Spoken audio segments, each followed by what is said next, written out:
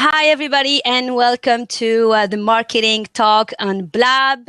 We're live right now, and we have a great topic. I'm your host, Amel, and our topic today is social media. And we have with us today Cendrine. She's a social media teacher, and she's an author. She authored a book on Amazon. And so we're going to talk about how to use social media to find your, let's say, your ideal audience, how to connect with them. And obviously by doing that, the goal is really to help you grow your business. So as you already know, our goal is really to simplify digital marketing for you so you can use all the strategy that we're sharing with you here and implement them on your business so that you can see results and you can see increase in traffic, increase in conversion, in revenue, and so on. So thank you for being with us every Friday. We really appreciate you taking the time and spending 1 hour with us on Friday night. So that's really important to us. And we really appreciate that. I have to just say before we start that I thank our sponsor, Webinara. And Webinara, they are a platform where you can go and find other webinars that you can join in there. They publish webinars like worldwide, so it's really a big choice there. So as I said before, with us today is Cendrine. So I'm going to let Cendrine present herself so we can start our conversation. Go ahead, Cendrine. Okay, first of all, thank you for having me today. It's great to be with you. So I'm going to give you the short spiel because my title is very long. So I'm a social media trainer, a content curator, a content writer, a photographer, an author, and a French instructor. And I live in Winnipeg, Canada. But I'm originally from France, Toulouse, southern France. So I moved to Canada 13 years ago. Cool. So nice to know that I have another Canadian colleague from Montreal too. So from Montreal, from Canada too. So and I speak French. So that's interesting. And thank you for taking the time to join me today, Cendrine, because the topic is really an important topic for all businesses. We all care about social media. We all know that we have to use social media, but there's so much information out there. There's so much strategy, tips, tricks that you can do. And I'm glad that I have you because you are a social media teacher. So you teach that to, I imagine to small businesses. That's what you do? Mm-hmm, mm-hmm. Right. Mostly solopreneurs and small business owners. Okay.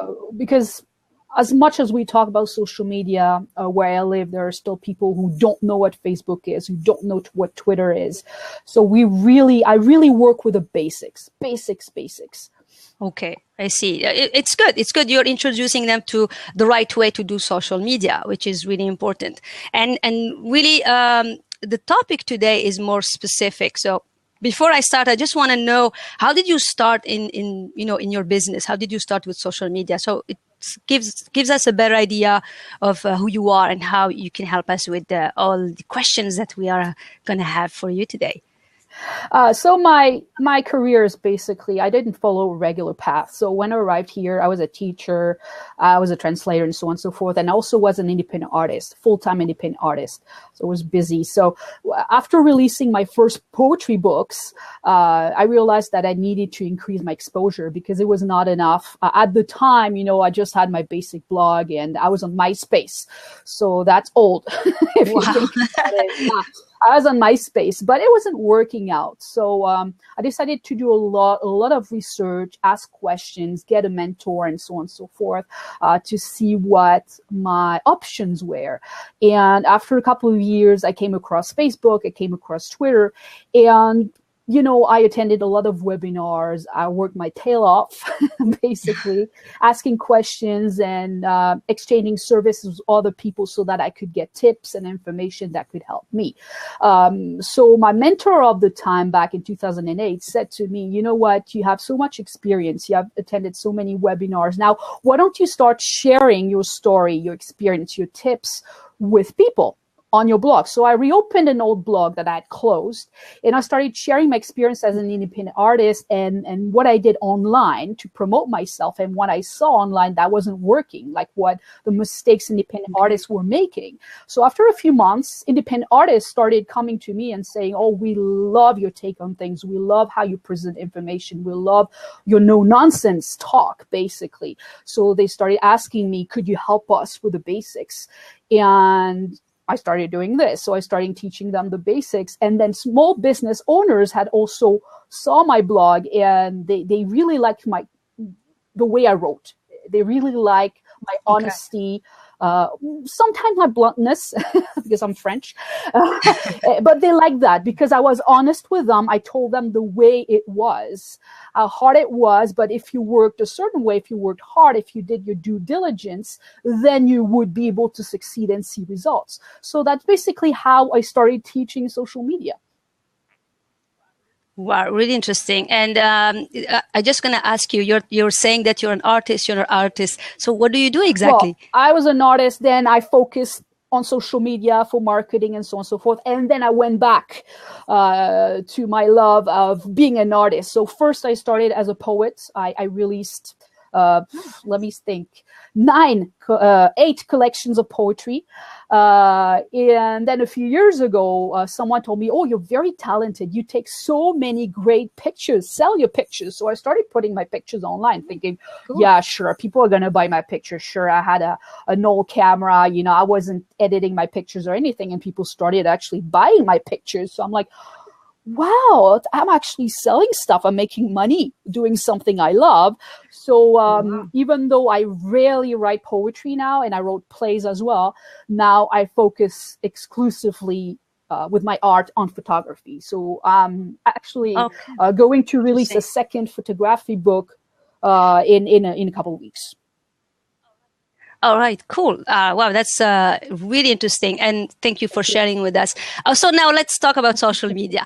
All right. So as I said, the topic of today is, okay, how can we use it to figure out who is our audience? Okay, I have my own way of doing things because, hey, as you already know, sorry about that. As you already know, I'm an SEO and web analytic expert. So that I consult with small businesses, entrepreneurs, and help them, grow their website traffic and revenue using SEO and web analytics.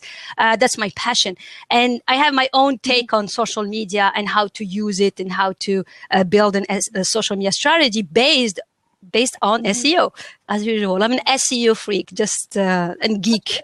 All right. So before I know that, so I'm fine with it. It's okay. Before I start giving my own way of doing things when it comes to social media, I would love you to tell me, all right, from your experience, what are the best ways to really find your potential audience using social media? Well, basically, when you're just getting started, my best advice is to go where there's already an audience. And the best way to discover your potential ideal audience is to go to competition. They all have social media accounts everywhere: Facebook, Twitter, LinkedIn, sometimes Instagram, sometimes on YouTube, and so on and so forth. So go on the major social networks and look for these companies. And they have blogs too. So take a look at their accounts, take a look at the way people respond, the kind of content they respond to, what they do right, what they do wrong. Look at their fans, click on their profiles, basically. Look at their profiles so that you can more or less know who they are, where they come from, the language they speak, and so on and so forth. So, and also go on blogs, on your competitors' blogs, and look at the comment section. The comment sections are, full of gems because people leave comments and you actually realize sometimes, something that a blogger has covered, there's something missing within it. There's an idea he or she hasn't covered. So that could be the angle you take to make yourself unique and say, well, this is my way of basically solving the problem that my competitor hasn't found. And depending on the comment section and the comments, you can also learn to read between the line and say, well, this reader actually said this, but maybe it means that he or she hasn't found the answer they were looking for. So I'm going to look at this angle. So look at the websites, look at the blogs, look at social media accounts, basically join Twitter chats in your niche as well. You know, there are tons of hashtags that I use for Twitter chats. Yeah. That's a great way to go. Use Twitter search. Twitter search is fantastic to allow you to uncover questions that people ask. So if you do a search, on your result page, there is a, how can I say, the advanced search tab. In the advanced search tab, if you click it, you can add even more filters to find better answers, and scroll down your page, and then you will see question. Check this option, then click search, and then all the questions people are asking based on your keyword, of course, will appear. So it's a fantastic way to know what people are looking for and what your potential audience is looking for. Another great way of finding your audience, and I know you talked about that a couple of weeks ago, is using Quora.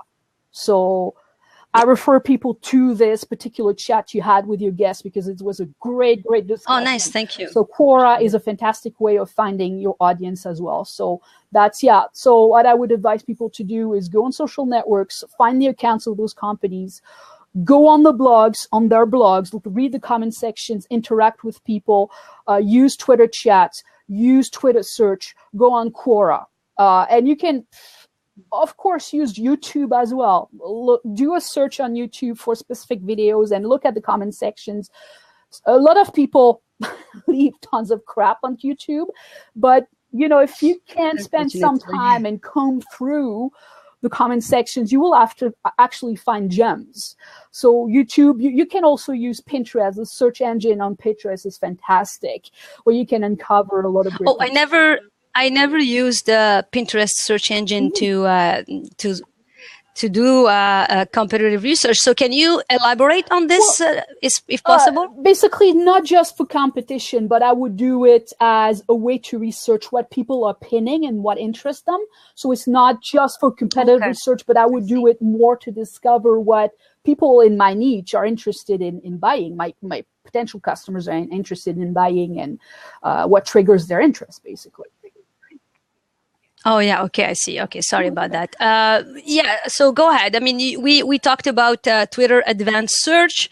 That's really a cool tool that you can use to learn a little bit of what type of questions that your ideal audience is actually they searching there on Twitter or Twitter Advanced Search, and use the filters. Okay, so if you are local, you have a local business, use the Advanced Search and go to the city and specify your local, your location, so that the search results that you will get from Twitter is going to become really localized to your area. So this way you'll be able to know what people in your area are looking for in terms of content or solution or services, and then you can go to your own account and then start actually what you can do.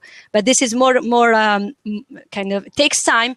So what do you do if you're using Twitter Advanced Search to find your audience? All right, so you obviously need to figure out the keywords that you're going to search with. All right, so let's go back to SEO a little bit. So you need to do to get at least an idea of what type of keywords that people may enter in the search area, of Twitter to find your solution or your product. Okay, one easy way to figure out what people are searching for and what people in your your ideal audience is looking for is to look at your own website data. So don't go super far. Start with your own analytics. So everyone should have Google Analytics at least, set up.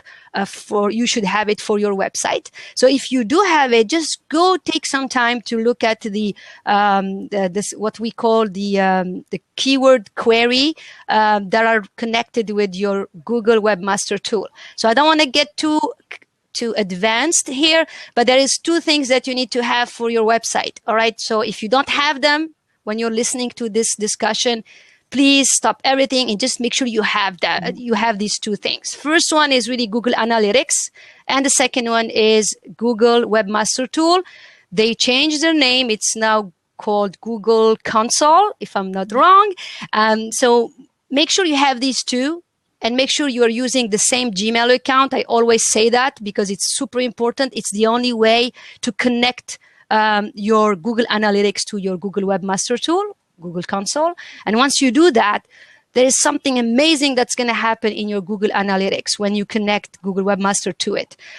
When you go to the left side in the menu, there is something called acquisition, which means where are you getting the traffic? And if you click on search engine optimization and then queries, you'll find out exactly what people are entering on the search engine Google to find your website. So from there, you can actually come up with your own list of potential topic or keywords to talk about on your blog and also to talk about on social media. So that's my tip. And so back to Twitter search, advanced search on Twitter. Once you find these questions, you can answer them right away. You don't have to, go, figure out something else. Just answer these people right away on Twitter advanced search and say, hey, are you still looking about this topic? Here is a great resource for you. And then you can give them a good resource, high quality content that they can go and read and benefit from that content. Okay, so that's my tip. All right, Cendrine, let's keep on this topic. So we covered Twitter, we covered Pinterest. So Pinterest, you're going to find what people are pinning. That's what they say. And so by finding what people are pinning in your industry, you can figure out what type of information they want to learn about. We talked about, did we talk about Facebook? Yeah, I don't use Facebook that much, so I'm not a big Okay, fan. Me too. Don't worry about it. Yes. All right, cool. So let's avoid talking about Facebook. No, but seriously here, I'm just kidding. But seriously, Facebook is, Facebook is trying to hide everything from us. So it makes it super difficult sometimes to figure out things there. But what you could do, you could really figure out, here's an extra tip for Facebook. Find the influencers in your industry. Okay, find their Facebook page, add them, follow them, add them. If they have a group, add yourself to their group. By doing that, you get access to all the audience, your audience in their group. So from there, just sit and start looking at what's happening in the group. Look at the different questions asked, the different comments, who is more active, you know what I mean? And this kind of things. And use that information for your advantage, and just go back to your own Facebook and start sharing the type of information that's working well for your influencers in your industry. So I hope that helped. The other thing that I want to really help our listeners here with is, okay, let's say I found my ideal audience. Okay, so I know who they are, what type of content they want, what questions they have, their challenges, because that's what you need to do. Okay, that's what seriously you need to do if you want to succeed with social media. And to be able to do that, you need to do what I say, ethically, do a competitive research and do some, extra research on your own website using your own data. Okay. So my question is once we know all this stuff, okay, what do we do next? How can I build a long-lasting relationship with my audience using all this information that I just gathered? So first, an important thing to do before anything else is to establish the profile of 3 or 4 ideal Nice. customers, Okay. potential customers. It doesn't mean that it Okay. has to be definite, but at least it gives you a good idea of what to do. So, for example, something quite detailed. For example, I'm talking give each person a name. So that could be, for example, Mark, 38 years old, real estate agent in Toronto, studied 4 years at university. He makes 58K a year. He reads the Buffer blog every week. He uses Twitter and Facebook for promotion. He works from his mobile and so on and so forth. So any kind of information you have to be as detailed as possible so that you know what angle to take to speak the language your audience wants to hear.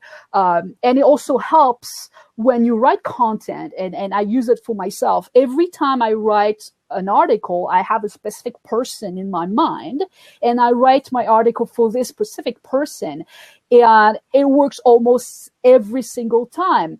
Either the person I was thinking about when the article was published contact me by email, or leaves a Nice. comment, or shares the article, and so on and so Okay. forth. So you need to create a list of potential ideal customers or ideal readers, depending on what you're trying to achieve, so that it gives you have a mental image of that person whenever you work on a campaign, whenever you do marketing, even for your SEO, for anything in your strategy. So that's the very, very important thing.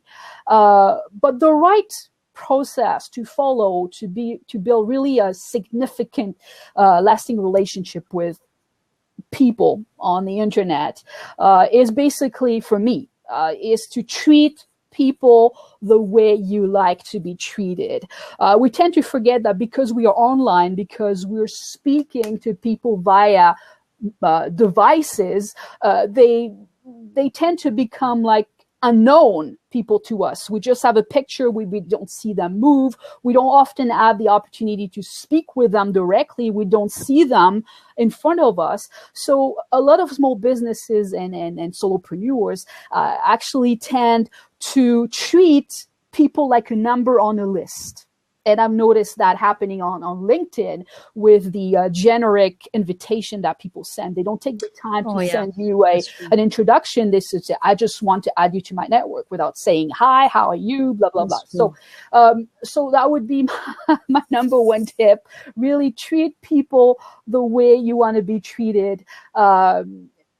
Have really a long-term strategy, because if you just focus on the next 6 months instead of focusing on the next 2 years, what happens if there's a little problem along the way and you have to take a detour, then your entire strategy is off the hook.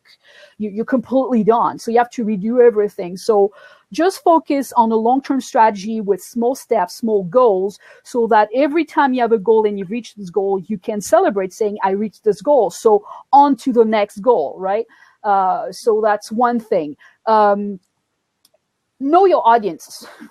We just talked about that, but that's important to repeat that. Know your audience. At the beginning, you won't know your audience that well because you're just getting started. But with hindsight and with experience, you will get to know your audience a little better every single time. So make sure that you stick to the audience you have and get to know the audience you have. It's nice to increase your readership. It's nice to increase your customer base, your user base. It's great. It's great to look for ways to increase that number.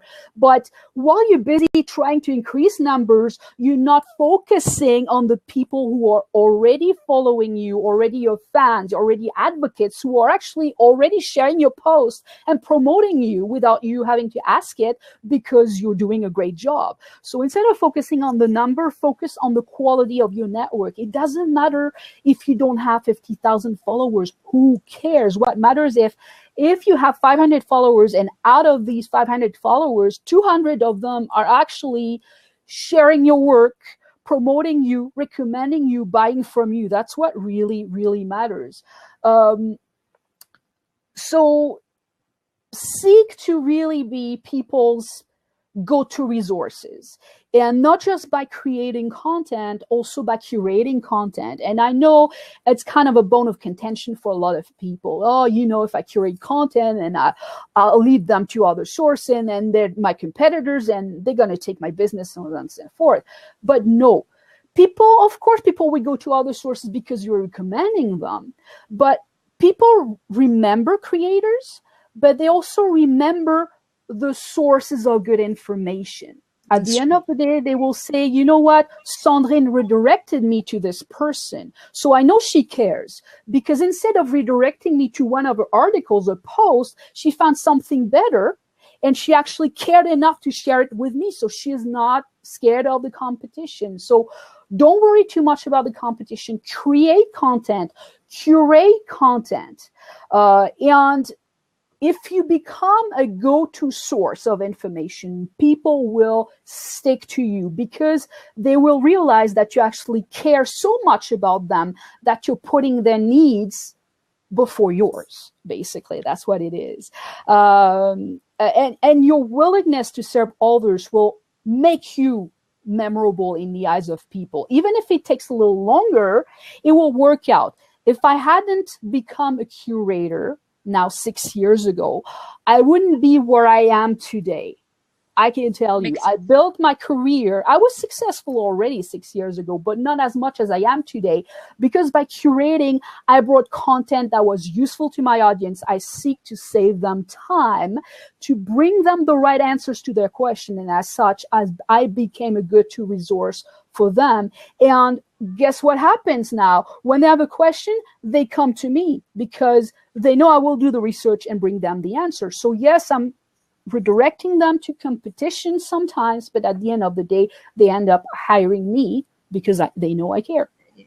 That's really good. And this is what I always refer to is actually giving value. It's all about value. I mean, a lot of people are focusing on the quantity. Quantity is good, but if you have fake profiles in these quantity, because that's what happened few years ago. I mean, I this is like a side story here. I signed up with Twitter in 2009, but I think I touched it for a year, and then I don't know what happened. Life, life took everything by a storm, and then I completely forgot about Twitter for a super while, and I was too busy. And then I just came back to Twitter about about 8-9 months ago, and when I started to be more active, and now I'm really loving it. And you are so right; it's all about sharing high quality content. And actually, Twitter is fantastic.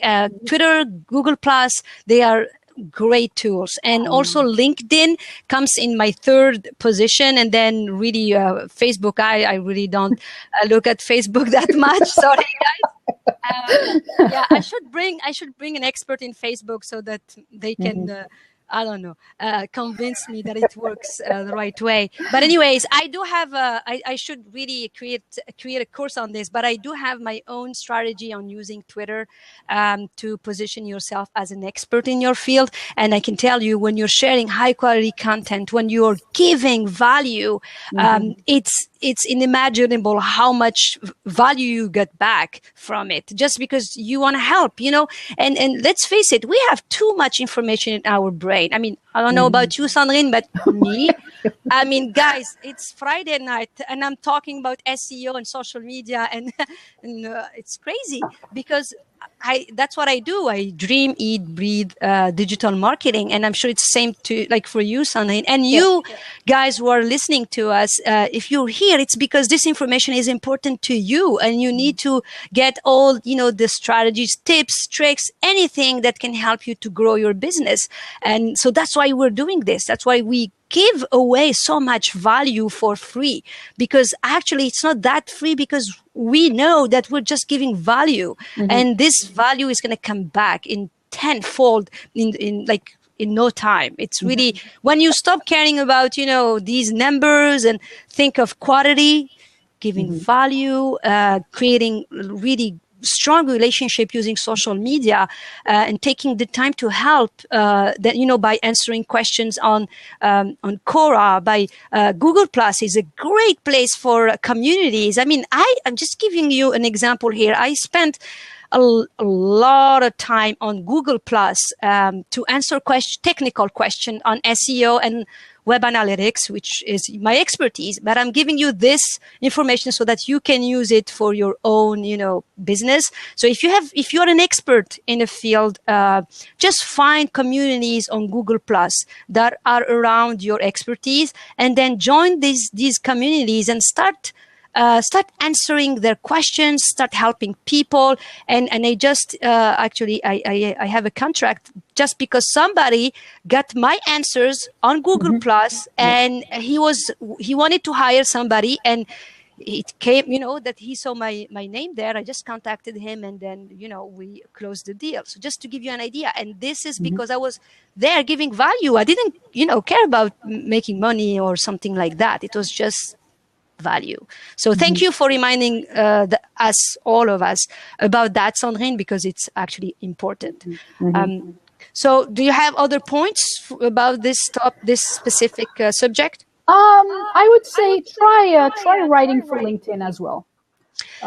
Yes. Yeah, I got a lot of my leads these days come from LinkedIn. My latest client, wonderful lady, got from LinkedIn because I have been writing on LinkedIn, republishing some of my posts on LinkedIn, and for a year more or less. And I got, every time I write something on LinkedIn, I get more followers, of course, and 2 or 3 people who contact me to see, are you available for work? It doesn't always work out, of course. It doesn't always work out. It's fine. But you know what? That's good ROI for me. Everyone talks about ROI, blah, blah, blah. But that's good return on investment because I invest some of my time. I tweak my articles slightly to post them on LinkedIn.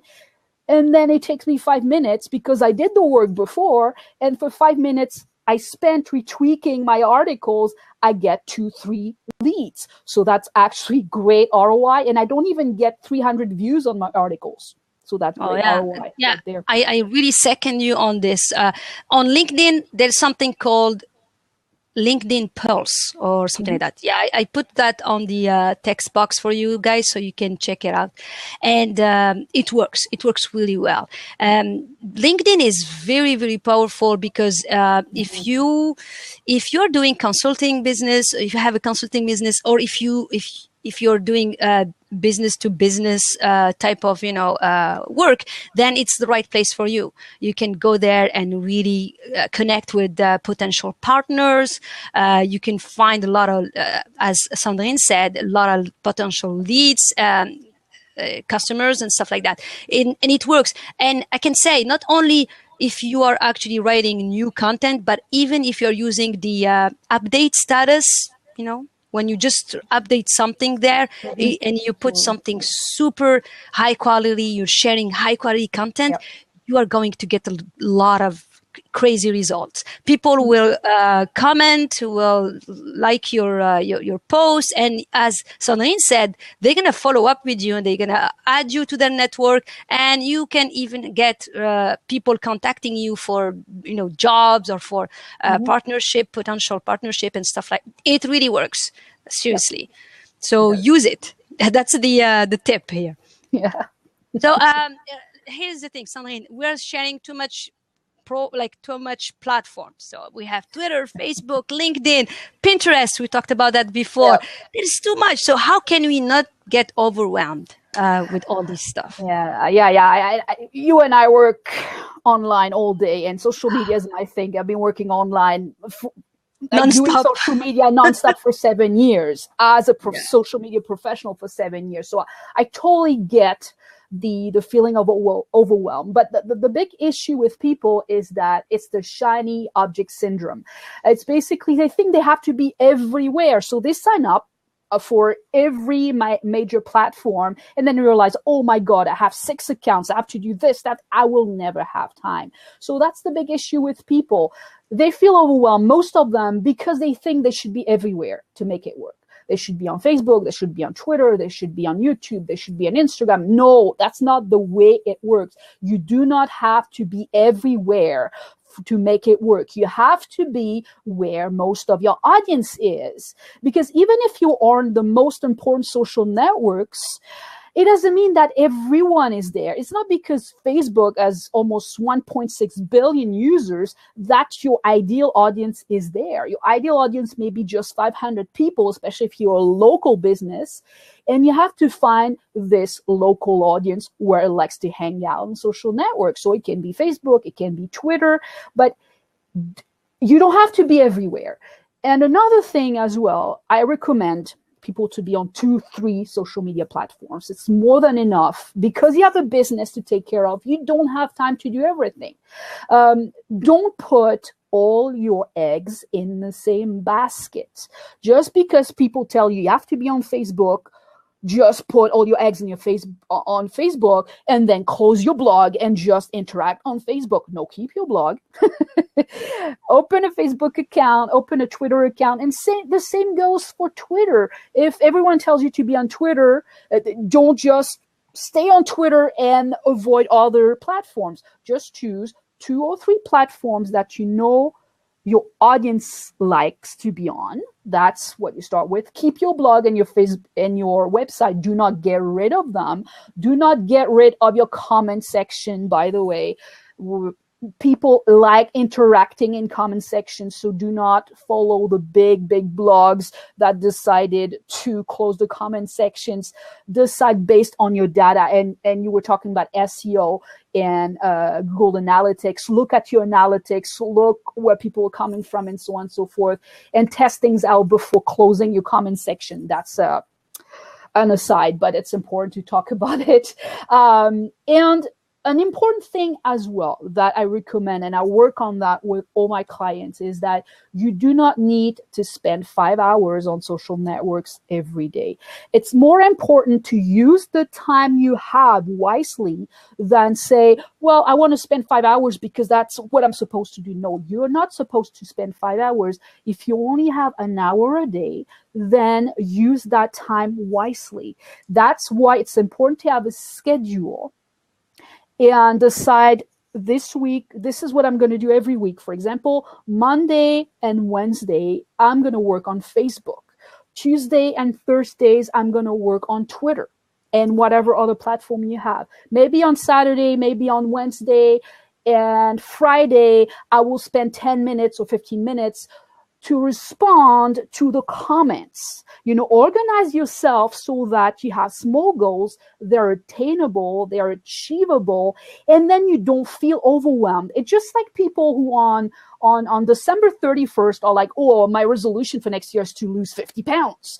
And then on January 10th, they're like, oh God, I can't do it anymore, because it was a sudden decision that they make on the heat of the moment. And when you make irrational decisions like this, you realize I cannot keep up with them because I'm overwhelmed, because that's the stress of keeping on the schedule, and a deadline like this, it's too much. So focus on small goals that you can reach, reachable, small, attainable. So if you only have an hour a day, that's fine. Work with that hour and then spend the rest of the time focusing on what matters to your bottom line, which is your business. If you find it really too hard to not spend 5 hours, then I recommend that you time yourself. You time yourself and you put the alarm clock at like 60 minutes, and that's it. When the alarm clock goes off, then you're done for the day. That's too bad. You will finish tomorrow. That's okay. You learn how to deal with how to work on a schedule. That's important, to focus on the time you have and not what the pros experts tell you to do. Work with what you're comfortable working with, right? So be organized, be well organized, have a weekly schedule, basically with themes. Maybe that will work good for your posting schedule, but really don't force yourself to work 5 hours a day if you know you do not have time. Sometimes 20 minutes, sometimes when I'm done writing for my clients, when I'm done curating content, when I'm done responding to emails, my day's over. I only have 20 minutes to spend on Twitter and Facebook. then I make the most of it. And at the end of the day, I'm happy because I use my 20 minutes smartly. Yeah, that's good. That's really good advice. Really, here it's about also trying to automate as much as you can. Now, I'm not telling you to automate the wrong way, because I see a lot of what we call direct message on Twitter. Okay, the automated DM. What it really looks like, it's a robot. Like, it's really not personal. It's really kind of boring, and they want you to just get something, like download something or sign up for something. I don't think it's the right way to do it from my end. This is my recommendation. So if you can, like Cendrine was saying, find a schedule for yourself, that would be great. Or if you are a business and you have someone in your team that you can delegate this to, please do that. Just tell them, okay, look, every week I want you to schedule four different articles, maybe 2 from your own blog and 2 from external, blogs, like from influencers in your industry, and tell them to write something smart and schedule these 4 blogs to show up maybe 4 times a day. So maybe every 3 days. So each one of them will show up every 3 days for time during that day. And this way you have a schedule. That's actually what Buffer, it's a company who they have a social media tool to help us schedule our tweets. Actually, that's what they do. They have a specific schedule. That's what I do. I do have a specific schedule. I have my VA, and she knows exactly how many posts, what time per day, and I check everything, obviously. As soon as everything is scheduled on Buffer, she just let me know that it's ready. I just go there and check everything. Okay, I check the article is high quality, the text is good, everything is good, and then it's ready to go.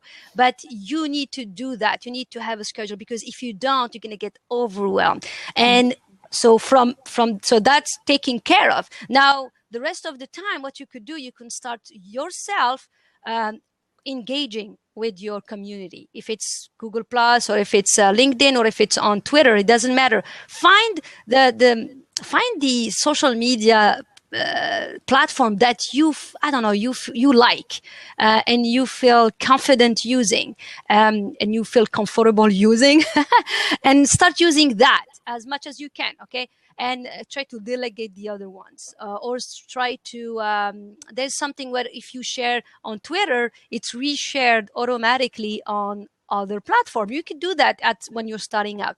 But one thing that you can't automate, it's engaging with your audience. So you need to take time to say thank you, to if somebody favorite something, or if they reshared, or if they added you to a list, try to do that as much as possible, to connect with them and talk to your audience, so that you create relationship with them. Do you have any other tips like that, Cendrine? No, you're good, because I realized I forgot to talk about Buffer, and that's great you mentioned it. But yeah, as you said, yeah, direct messages, avoid sending automatic direct messages, as you mentioned. Talk to your audience, you mentioned that as well.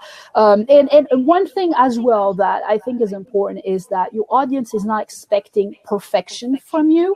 Your audience is expecting a human being. So making mistakes is not the end of the world, as long as you own up your mistakes, you craft heartfelt apologies, and you do your best to respect people, basically. Exactly. You keep it professional. That's how we all do it. We are keeping it professional when we're doing social media. And that's actually, it takes me to the other question that I have for you, Cendrine. How do we react if we have a negative comment, or, how to deal with that? Like, do you have some advice? Did it happen to some of your clients? And, what did you recommend that? Even with the biggest heart in the world, there will always be someone who is hurt. You will always hurt someone, even with the biggest heart, the nicest comment. You never know, because the written word is really hard to read. People online come from so many different cultures, so many roots, so different countries, and so on and so forth, that it's very hard to read people. And we don't have faces to read expressions as well. So it's kind of hard. So what I would suggest, and for small businesses and solopreneurs, it's very important to be aware that bad comments, difficult situations, challenging situations will happen more than once, for sure.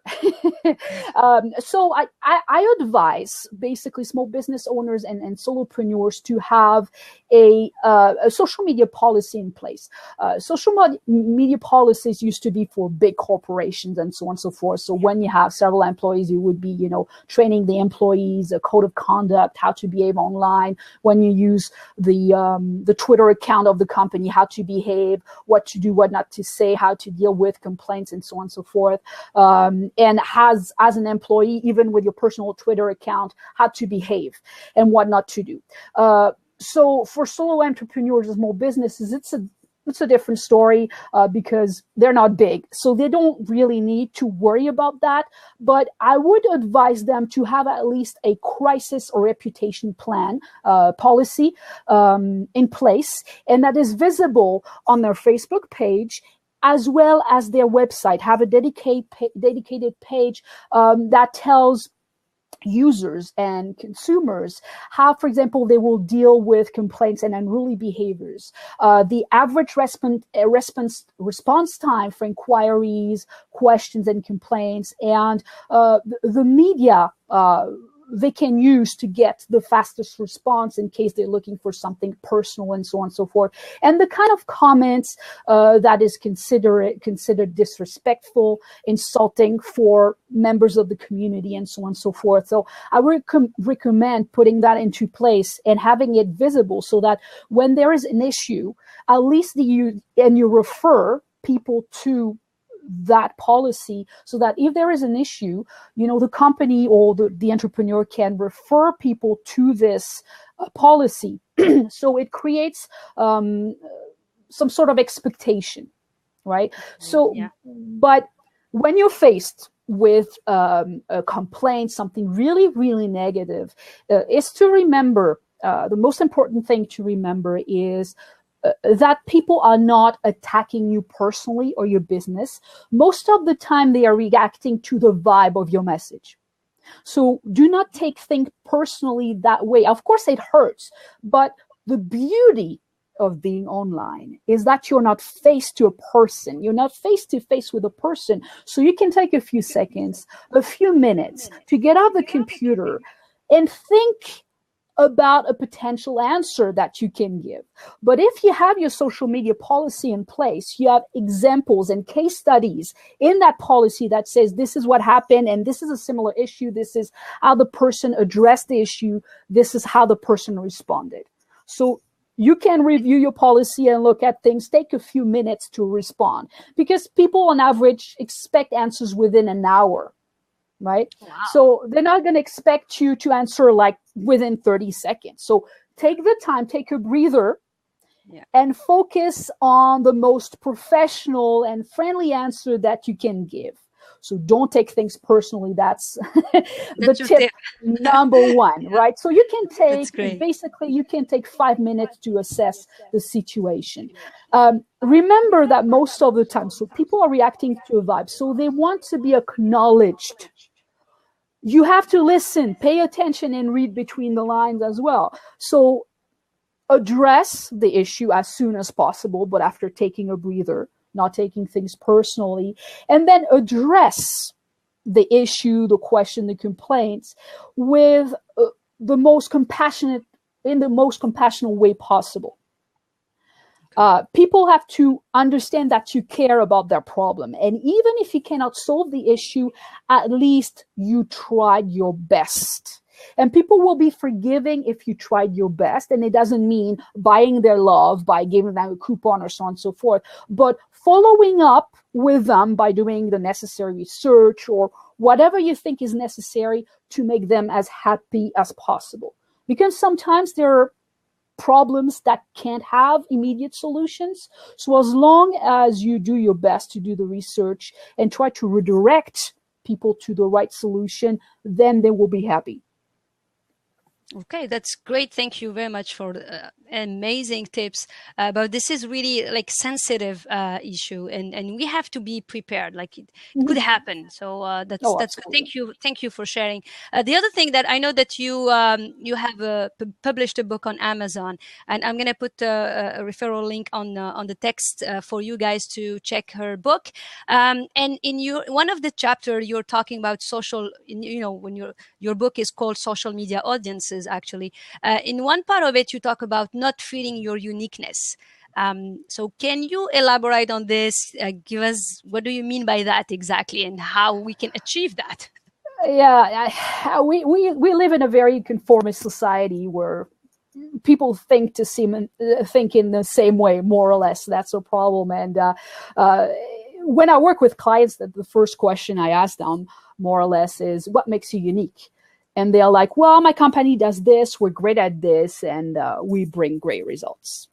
That's more or less what I hear from them. And I say, what is your unique value proposition? That's just what I told you. We bring great results in this specific niche.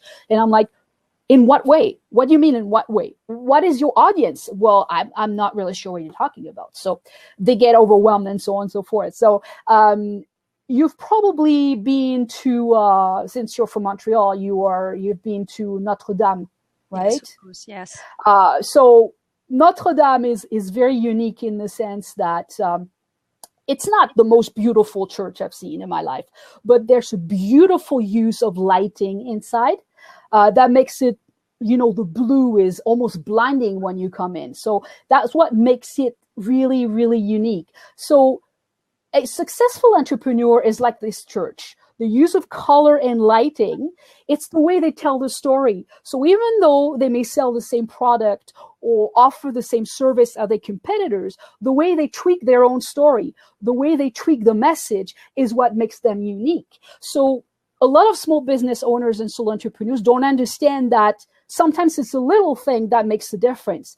That's why when I was talking about how to find your audience earlier, and I was mentioning comment sections, and I said, well, you know what? When you read an article and there's a subtopic that hasn't been covered in this article, so I want to cover that. That's an angle I want to take. So you can translate that into your message and your slogan. That's what I call making yourself unique, and using the kind of lighting and color that you find in that church to say, this is my story, this is my message, this is what I add to the mix. So even though at the end of the day, all the ideas in the world have been used, if you think about it, more or less, but that's the tweak we add to the ideas that really makes the difference.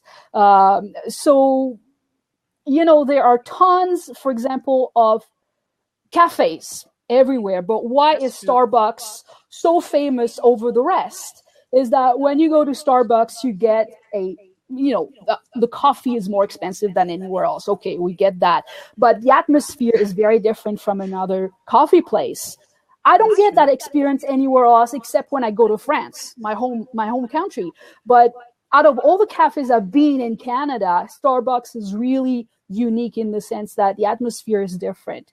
You can expect high quality, high-end products. They sell music, they sell this, and they sell that. So their unique value proposition is contained in their slogan. Basically, they say, to inspire and nurture the human spirit, one person, one cup, and one neighborhood at a time. And I think that's really what is really important, is the term neighborhood, because you feel like you belong to a community when you go to Starbucks.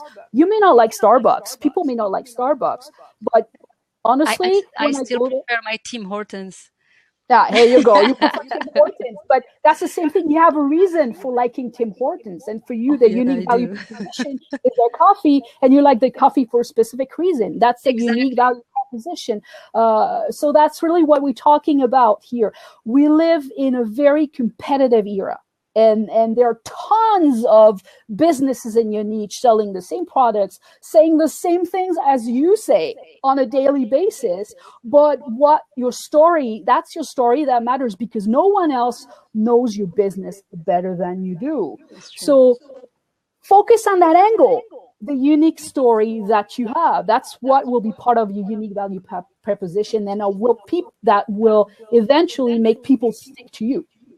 Yeah, I think that's the hardest part Mm-hmm. of the entire business, building process is finding your uniqueness. Is figuring out your unique selling proposition, what we call the USP, and all this. And it's really it's not that easy, and sometimes you need help to like get an external view on your business Yeah, to have that person figure it out for you, because you're so into your business you can't really see it anymore. absolutely. So that's one thing that I really try to recommend everybody when you're starting, even like when you're building your website. Find your Oh. unique selling proposition for your website. What is it like? What's the purpose of the site? What is the goal of that site, and how it's going to help people? And normally your audience, as soon as they land on your website, they should know right away what's in it for them. So that's one of it. Like it's really important. So thank you for sharing that, Sandrine, with us. So can you give us some examples of entrepreneurs or solopreneurs or businesses that who are doing social media right, so we can take them and look at them and Mhm. ethically spy on them. Well, it's ethical, they're out there for you to see, so That's you're not true. really spying. But the first business that really pops to mind right now is Buffer. Like, That's even true. though you may not be a customer, but their blog is awesome. You know what? Like, bar none, my favorite. The big problem Yeah. is that their posts tend to be too long, and for my audience, they like quick tips. So I don't recommend the post as often as I used to, because they don't have time. My readers and my clients don't have time to read unless it's for specific research. Then I will recommend an article from them. But if you're looking for in-depth content, that's the blog to go to for me. And the way they do social media right is the sense that in terms of customer care, they know how to interact with people, even if those people are not customers. They will treat you as if you were part of the community. Everything they do is, they have a lot of people to take care of that too. They have a big team. But even when they were a smaller team, they were online and interacting, and that makes you love them, because they're very grateful for the support, and they make you really feel that you belong to the community, to their community. And another person, that this time it's a person that I would recommend, and her name is Kelly Hungerford. And Kelly used to work for Paperly, and it's a former coworker of mine, actually, and also my mentor. I love her to pieces, and she is one of the best community builders in the world. I've not met someone who's better at building community, building advocacy, than her, basically. So Kelly now mainly consults for other companies, does presentations, and so on and so forth. But when she was in charge of marketing at Paperly, she created a Twitter chat that got up to 1 million impressions within 10 months. Wow, that's So that tells good. you, and she did it on her own, basically on her Wow, own. that's good. Fantastic in terms of customer care, fantastic person all around as well. Very good. That's great. Talking about Buffer, as a side note here, Buffer are doing it really, really great, really right. During their Buffer chat, it's on Wednesday at noon. When you go there, they tell you if you're part of the Twitter chat community, you can get free stickers. And they give you a Yeah, link, and you just go to their site, and then you fill a form. You give them your address, and they mail you absolutely. stickers, which is really cool, because hey, who doesn't want to have Buffer stickers? So it's really great to have that. I mean, it's actually, I find it's a great way to engage, to create this sense of being part of a community, and Mhm. you want to just be on the Twitter chat Absolutely. on Buffer and just say, hey, hello, just to say hi. It's like crazy. One Absolutely. company that I know, and I know that they're doing it really right. And actually, Buffer was trying to to emulate them, but I did it right too. So, which is good. It's called SEM Rush. All right. So SEM Rush, Absolutely. it's a software company. They have a competitive keyword research software that's amazing. And so what they do, they have a Twitter chat on Wednesday at 11 a.m. And they do it really right. I don't know how they did it from the beginning, but they were good from the beginning. And what happened, Buffer learned from them, and they started making their Twitter chat better because of that, because they just emulated them. They still have some way to go to reach the level of success of SEM Rush chat, but they're on the right, path. So kudos to Buffer and SEM Rush and Kelly for doing it right in social media, because it's not that simple or that easy. And okay, so we have a question from Chris. He's asking, so the question was, does that mean that digital newsletter have had their day? All right. Because you were saying, Sandrine, you were saying that that clients don't have time to read these days. Well, that's my audience. I'm talking about my audience. Each audience is different. So there are audiences that are interested in long form posts, but my audience is small business owners who do everything on their own. So they don't have time to spend half an hour reading an article. So that's my audience. But it doesn't mean that it's the end of digital. What was the question? Let me think. Newsletter. Newsletters. It doesn't mean that it's the end.